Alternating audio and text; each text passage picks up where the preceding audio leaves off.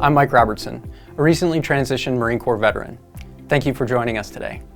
Our goal at the VA is to help service members transition into civilian life from active duty. The first thing we want to do is to help you fill out the 1010 EZ form.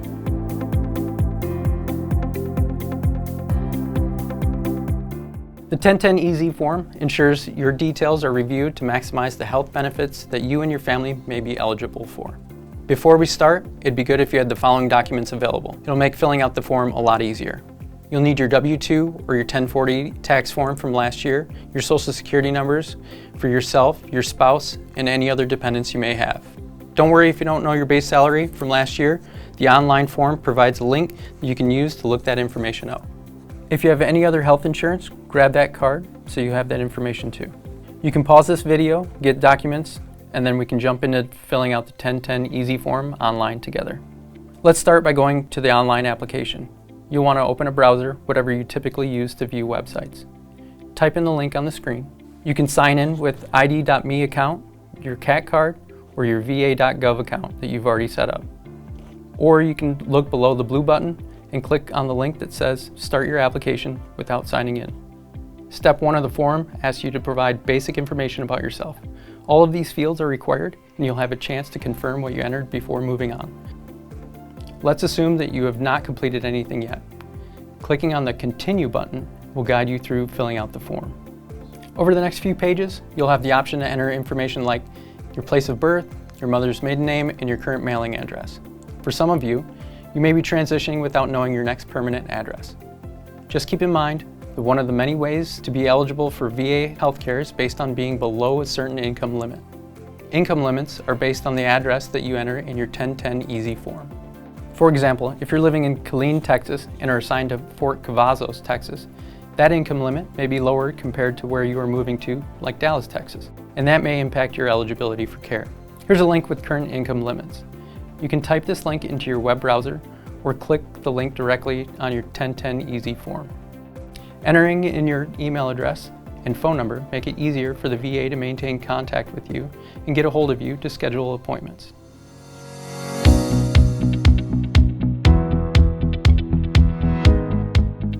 Step 2 focuses on VA benefits to determine if you have a service-connected disability. The majority of you will not have received your service-connected disability rating yet, so you'll likely answer no here because you haven't received your compensation yet. But if you have already received your service-connected disability from the VA, you can put down the appropriate indicator and press Continue.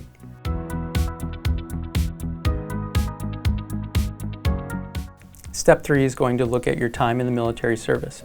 It's important for the VA to confirm your eligibility based on your service. Please select your branch, service start and end dates, making sure it is as accurate as possible. Then select your character of service. If you don't know exactly what your character of service is going to be, then just put down the most accurate information you currently have.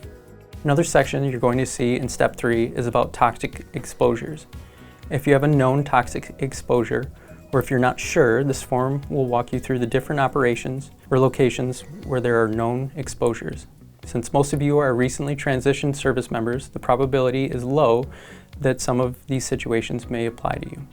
If you've deployed and supported certain operations, your deployment history is a factor that the VA takes into consideration for healthcare eligibility. For Agent Orange exposures, this primarily applies to Vietnam-era service members, so you'll most likely click no.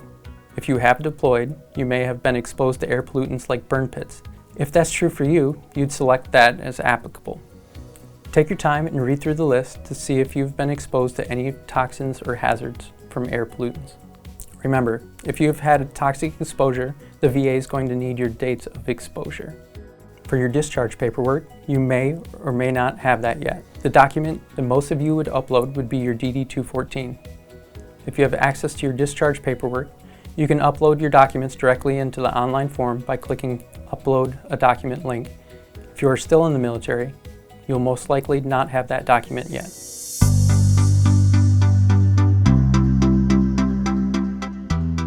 Household financial information is the information we're filling out in Step 4. This is another key factor that the VA can use to help determine your eligibility. Although it's not required to provide your household financial information, we do recommend that you include it.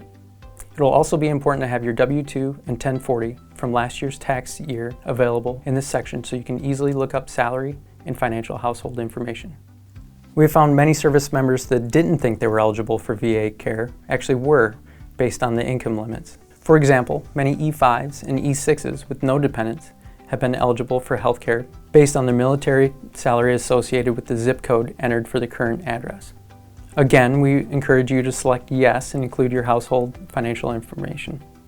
The only information you would enter would be information that is taxable. If you don't have access to your W-2 or 1040 from last year, the form provides a link to look up what your military salary was based on your time and grade and your current grade based on last year's data.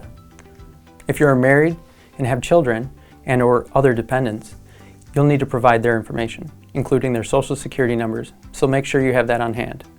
You'll be asked if you have lived with your spouse for the last year and if you have the same address. These questions can impact your eligibility because it can increase your income threshold and make it more likely for you to get access to care.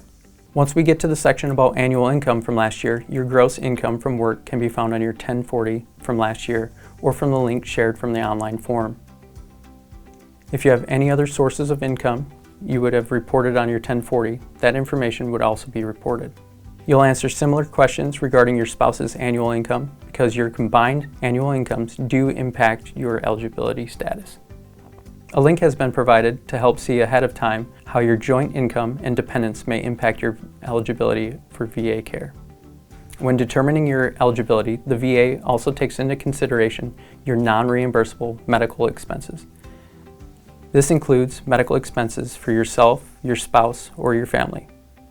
It also asks about college, vocational, and or funeral expenses. In Section 5, we'll look at insurance information.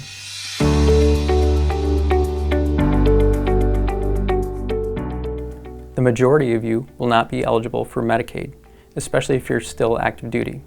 So you would click no for Medicaid eligibility, and no to whether you're enrolled in Medicare Part A.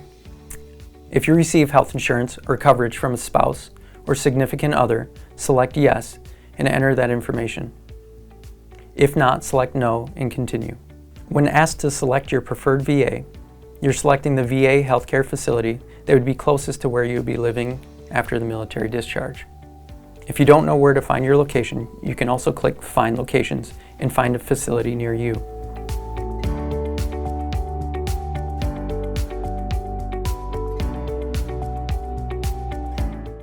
If you would like the VA to contact you for your first appointment, select yes, and select no if you would prefer to schedule your own appointment. We're in the final section of the form once we get to step 6.